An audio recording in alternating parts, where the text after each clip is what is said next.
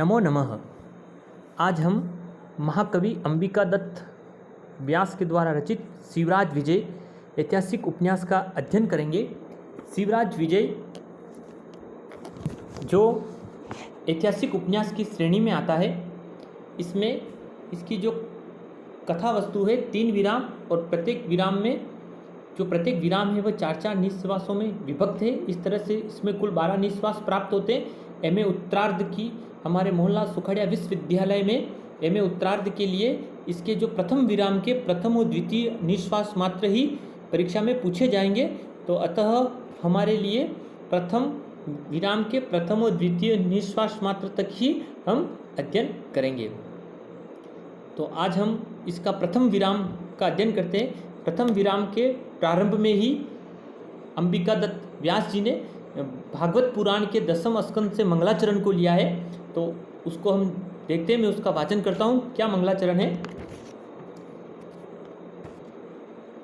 विष्णुर्माया भगवती यया सम्मोहितं जगतः हिंसस्रव पापेन विहिंसितः खलः साधु समत्वेन भयाद विमुच्यते। क्या कह रहे हैं? पहली पंक्ति को देखें। पहला वाला जो मंगलाचरण है कि विष्णुरमाया भगवती यया सम्मोहितं जगतः। दूसरी वाली में बता रहे हैं अलग अलग से लिया है। पहला जो है वो भागवत पुराण के 10वें स्कंद के पहला जो अध्याय है उसका 25वें नंबर का श्लोक है ना। और दूसरा जो है वो भागवत पुराण के 10वें स्कंद के 7वें अध्याय का 31 नंबर का श्लोक है। ठीक है ना। तो दूसरा है हिंसस्र सब पापेन विहिंसित खलः साधु समत्वेन भयाद विमुच्यते।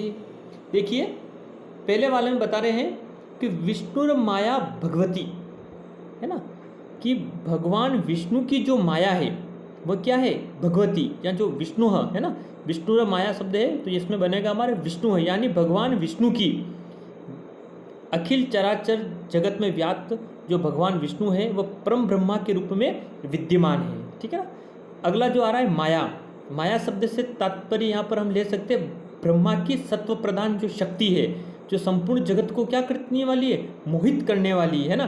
जो विशेष शक्ति है जिस है ना, उपनिषदों में आया है हमारे कि ब्रह्म सत्यम जगत मिथ्या, यानी ब्रह्म ही सत्य है और जगत जो है वह मिथ्या जाल के रूप में विद्यमान है। तो यहाँ पर माया से तात्पर्य है परम पिता ब्रह्मा की जो सत्व प्रधान शक्ति है, जो क्या करती है? संपूर्ण जगत को मोहित करने वाली है ना। और अब शब्द आया है भगवती। या भगवती से तात्पर्य ऐश्वर्यता से है ना, सभी गुणों से या ऐश्वर्य आदि संपन्न से मान सकते हैं। या और भग से युक्त जो शक्ति होती है वह 6 प्रकार की मानी गई है ना। कौन कौन सी? कि ऐश्वर्यश्च समृगश्च धर्मश्च यशश्च श्रिय ज्ञान वैराग्यश्च च एव शरणानाम भग इतीर्णाः। यानी कहने का तात्पर्य है कि जो 6 प्रकार के जो भग हैं उसमें ऐश्वर्य भी एक प्रकार का भग्य माना गया है, तो वो ऐश्वर्यशालिनी शक्ति है। ठीक है ना। तो इसीलिए इस लाइन में आया कि विष्णुर माया भगवती, यानी कहने का तात्पर्य है कि भगवान विष्णु की जो माया है वह क्या है? ऐश्वर्यशालिनी है ना। अगली वाली लाइन कह रहे हैं, उसमें अगला जो वाक्य आ रहा है कि यया सम्मोहितं जगतः। यया कहने का तात्पर्य कि यया यानी जिस, यया शब्द यहाँ पर माया के लिए आया है, उस माया के संदर्भ में बता रहे भगवान विष्णु की। यया यानी जिस माया के द्वारा जगत, यानी यह संपूर्ण जो जगत है ना, जंगमशील क्रियाशील संसार है, उस जगत है जो अस्तावर का भी इसमें ग्रहण हो जाता है ना, अस्तम जगावर सबका ग्रहण हो जाएगा। यह संपूर्ण जगत को, इस क्रियाशील संसार को क्या हो जाता है? इन्होंने क्या कर रखा? यया सम्मोहितं जगतः, यानी इस संपूर्ण जगत को सम्मोहित कर रखा है, यानी मोह से आक्रांत है या आच्छन्न है। कहने का तात्पर्य है कि विष्णुर माया भगवती यया सम्मोहितं जगत, यानी कहने का तात्पर्य है कि भगवान विष्णु की जो माया है वह ऐश्वर्यशालिनी है और इसने संपूर्ण जगत को क्या कर रखा है? मोहित कर रखा है, यानी उसने अपने आवरण में इसको समाहित कर रखा है। तो यह भागवत पुराण के 10वें स्कंद के पहले अध्याय का ये 25वें नंबर का श्लोक है।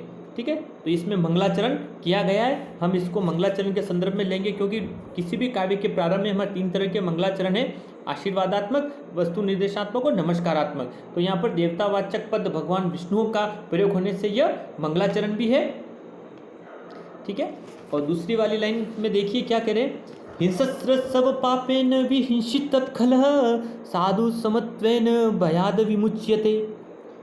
बहुत अच्छी बात बता रहे, देखिए हिंसस्र यानी हिंसक, हिंसक जो मनुष्य है उसके संदर्भ में हिंसस्र सब पापेन यानी हिंसक जो मनुष्य सब पापेन यानी अपने पाप से ही, विहिंसित यानी क्या होता है, मारा जाता है। कहने का तात्पर्य अगर कोई मनुष्य हिंसा को करता है तो हिंसक मनुष्य अपने खुद के पाप से ही इस कलयुग में उसका कहीं न कहीं किसी न किसी रूप में उसका नरसंहार होगा, वह खुद ही अपने पाप के कारण से मारा जाता है।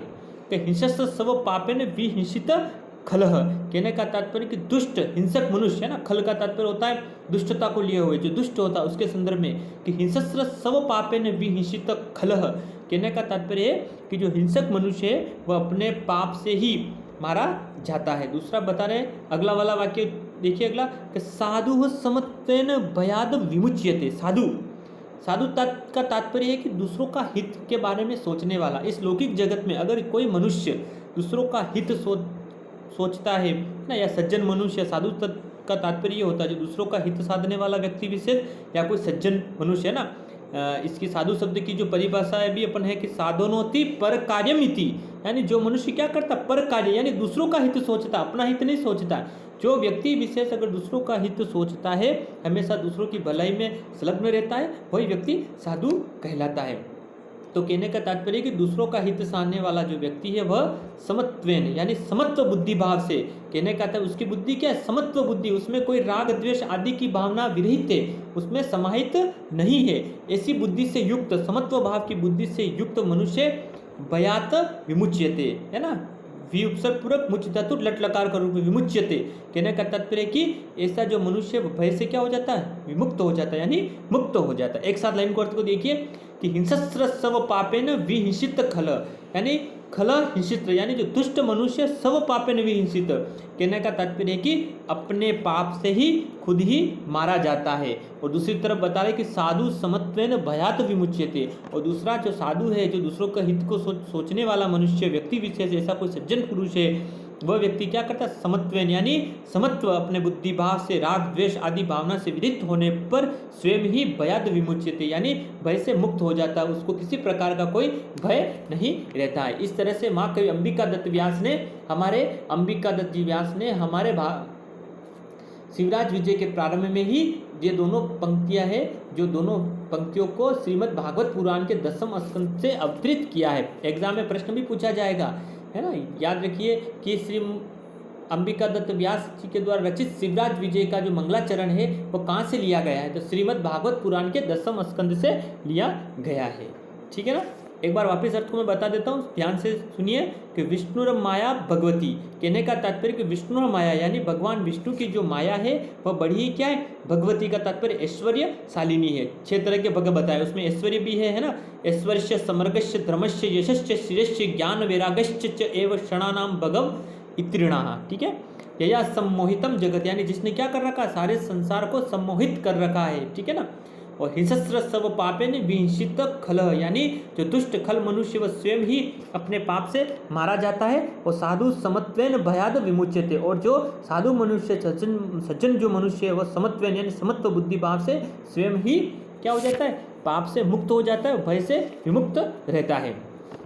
इस तरह से शिवराज विजय के रचयिता माँ कवि अंबिका दत्त व्यास ने इस ग्रंथ के प्रारंभ में ही भागवत की 2 सूक्तियाँ अवतरित की है। प्रथम सूक्ति में हमने देखा है कि इसमें सर्वप्रथम देवतावाचक पद विष्णु का प्रयोग होने से हम इसको क्या मंगलाचरण भी मान सकते हैं। और द्वितीय सूक्ति में दुष्ट का स्वकृत पाप से मारा जाना और सज्जन की स्वतः रक्षा होना, इस कथन से यह व्यंजित होता है कि दुष्ट यवन शासक है ना, जिन्होंने अपने पूरे भारतवर्ष पर यवनों का जो शासन था उसके संदर्भ में बता रहे हैं कि दुष्ट यवन शासक का विनाश हुआ और शिवाजी की विजय हुई। यहाँ पर हम अगर उपमा के संदर्भ में लेते हैं तो यहाँ दुष्ट से तात्पर्य हम यवन शासकों से ले सकते हैं, और सज्जन की स्वतः रक्षा का तात्पर्य हम शिवाजी की से ले सकते हैं कि शिवाजी ने क्या किया, दुष्ट यवन शासक का विनाश हुआ और शिवाजी की विजय हुई है। और पापियों के आचरण आत्मविनाश के कारण तथा सज्जनों के आचरण क्या होता है, समत्वमय होते हैं। इस तरह से हमारी ये दोनों पंक्तियां मंगलाचरण के संदर्भ में प्रथम विराम में जो प्रथम निश्वास है उसमें ये भागवत के 10वें स्कंद से ये दोनों पंक्तियां उद्धृत की गई है। आगे हमारा शिवराज विजय के प्रारंभ में अब ये गद्यांश है। इसकी जो शुरुआत होती है वह सूर्योदय से हो रही है ना, सूर्योदय का समय है और किस तरह से क्या होता है सूर्योदय उसके संदर्भ में बताया है।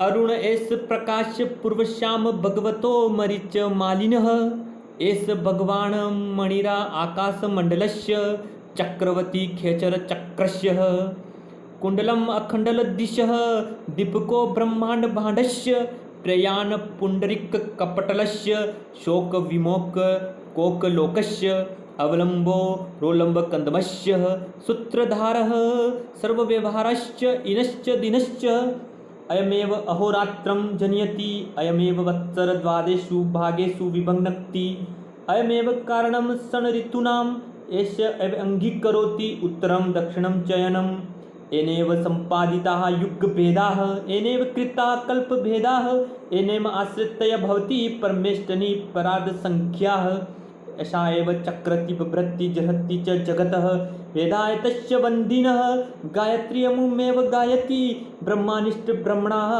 अमुव्यवाहरः उपतिष्ठन्ते तन्य एष कुलमूलं श्रीरामचन्द्रस्य प्रणमस्य एष विस्माणवित्तिः उद्देश्य अंतम भास्वंतम प्रणम निज प्रण कुटीरात निश्चक्राम कश्चित गुरु सेवन पटु विप्रबठु। तो इस तरह से मैंने इस पूरे गद्यांश का आपके सामने वाचन किया था। अब हम इसकी एक एक लाइन का अर्थ को संदर्भ में पढ़ेंगे। उपन्यास से उपन्यास की भाषा में मैंने इसका वाचन किया था। अब अपन इसको धीरे धीरे अपने पाठ्य पुस्तक की कथा वस्तु के अनुसार धीरे धीरे हम इसको आसानी से इसके शब्दों के अर्थ करते हुए इसको हम पढ़ते हैं।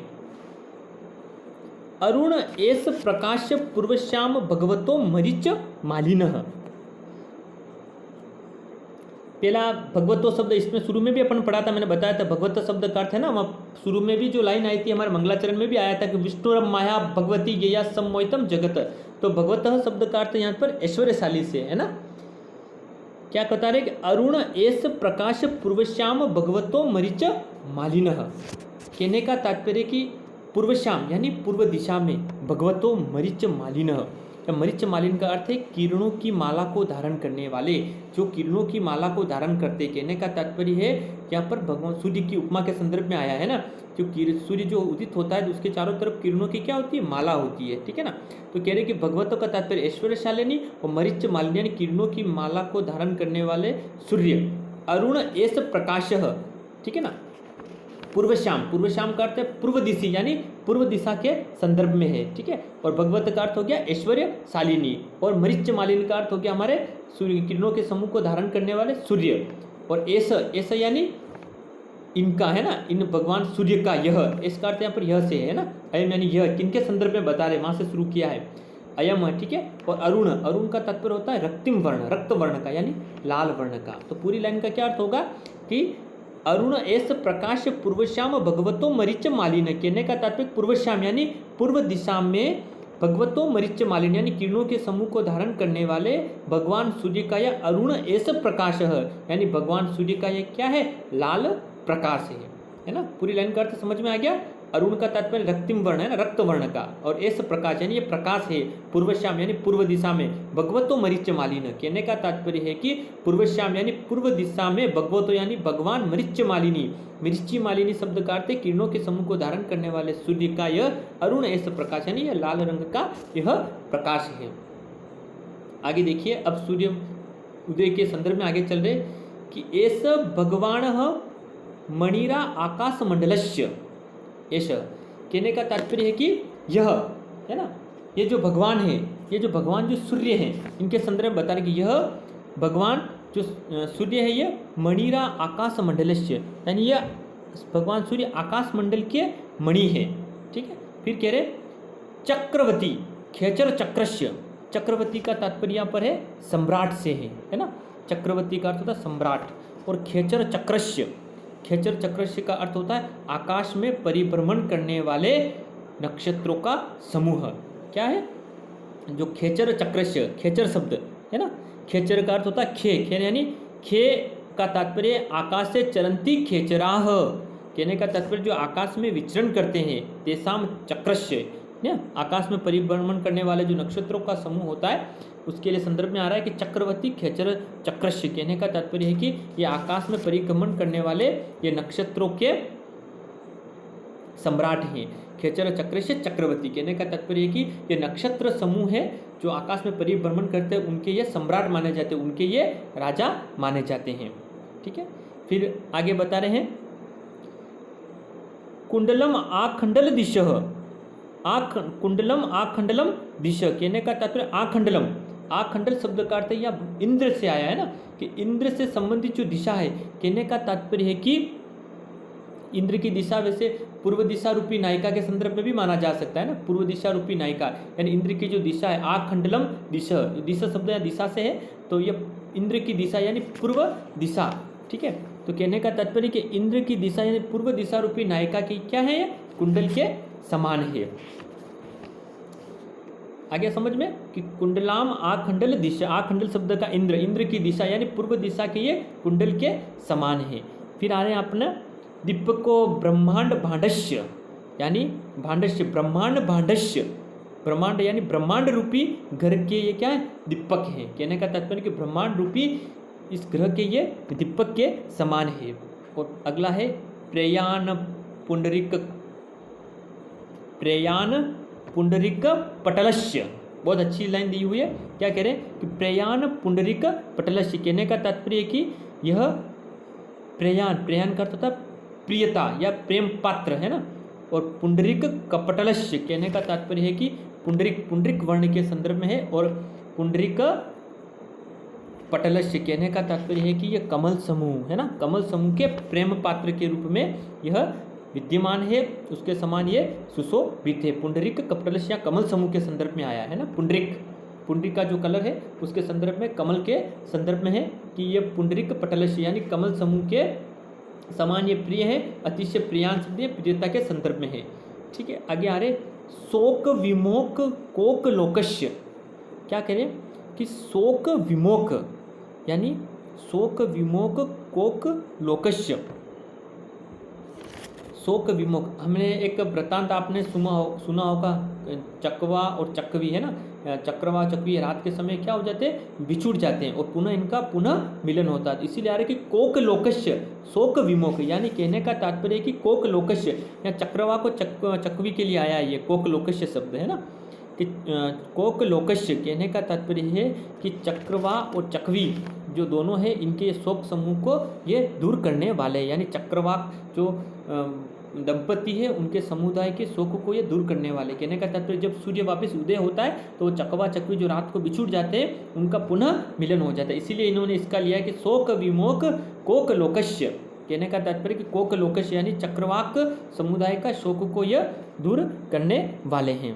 और अवलंबो रोलंब कदमस्य है ना, और क्या है अवलंबो, अवलंबित है, आधारित है, क्या है यह, क्या है अवलंबो रोल लंबक कंदवश्य, कहने का तात्पर्य भ्रमर समूह है ना, रोल लंबक कंदवश्य शब्द भ्रमर समूह के लिए आया ना, रोला नाम कंदबः षष्ठी तत्पुरुष समास है, तस्य रोला नाम कंदबः, यानी भ्रमर का जो समूह है उसके ये क्या आश्रय हैं, यानी उसके आश्रयभूत है। कहने का तात्पर्य है कि जब सूर्य उदय होता है तब सभी सारे पुष्प खिलते हैं और पुष्प खिलने से भ्रमर क्या करते हैं, उनका रसपान करते हैं। इसीलिए आया कि अवलंबोह रोलंब कंदवश्य, यानी यह भ्रमर समूह के ये क्या अवलंबित यानी उनके आधारभूत आधार हैं। सूत्रधार सर्व व्यवहारश्च इनश्च दिनश्च, बहुत ध्यान से सुनिए कि सूत्रधार है यानी ये प्रवर्तक है, सर्व व्यवहारश्च, कहने का तात्पर्य है कि ये भगवान जो सूर्य है ना ये सारे व्यवहारों के प्रवर्तक है, इनश्च दिनश्च, और दिन के ये क्या है स्वामी है। कहने का तात्पर्य कि इस लौकिक जगत में जो सारे जो व्यवहार होते हैं है ना, सर्व व्यवहारश्च, जो लौकिक ऐहिक या आमुषिक सभी प्रकार के व्यवहार है, सर्वचसो व्यवहार मान सकते हैं ना, है ना, तो सारा जो व्यवहार है वो सारे व्यवहार के ये क्या है स्वामी है। कहने का तात्पर्य इस लौकिक जगत में जब सूर्य उदय होता है तो सारी सृष्टि में क्या हो जाता है, प्रकाश का आवरण हो जाता है, प्रत्येक प्राणी समुदाय अपने कार्यों में संलग्न हो जाती है। इसीलिए कह रहे हैं कि सूत्रधार सर्व व्यवहारश्च इनश्च दिनश्च, है ना, इनश्च दिनश्च, है ना। कहने का तात्पर्य कि यह भगवान जो सूर्य है ये समस्त व्यवहार के प्रवर्तक और दिन के स्वामी हैं।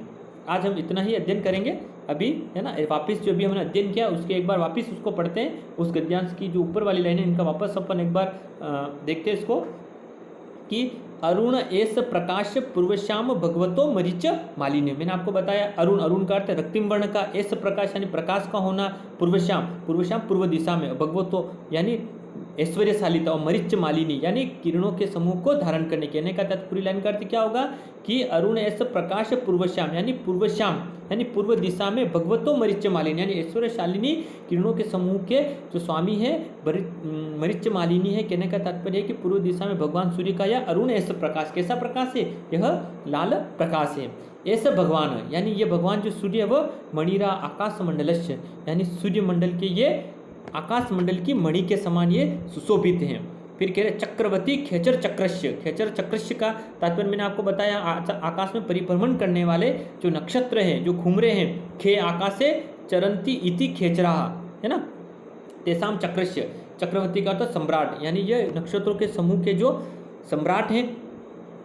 आगे बता रहे कुंडलम आखंडलम दिशा, आखंडल का अर्थ इंद्र की जो दिशा यानी पूर्व दिशा के ये कुंडल के समान ये सुशोभित है, क्योंकि हमारा जो सूर्य होता है वह कहाँ, कौन सी दिशा से उदित होता है, पूर्व दिशा से यह उदित होता है।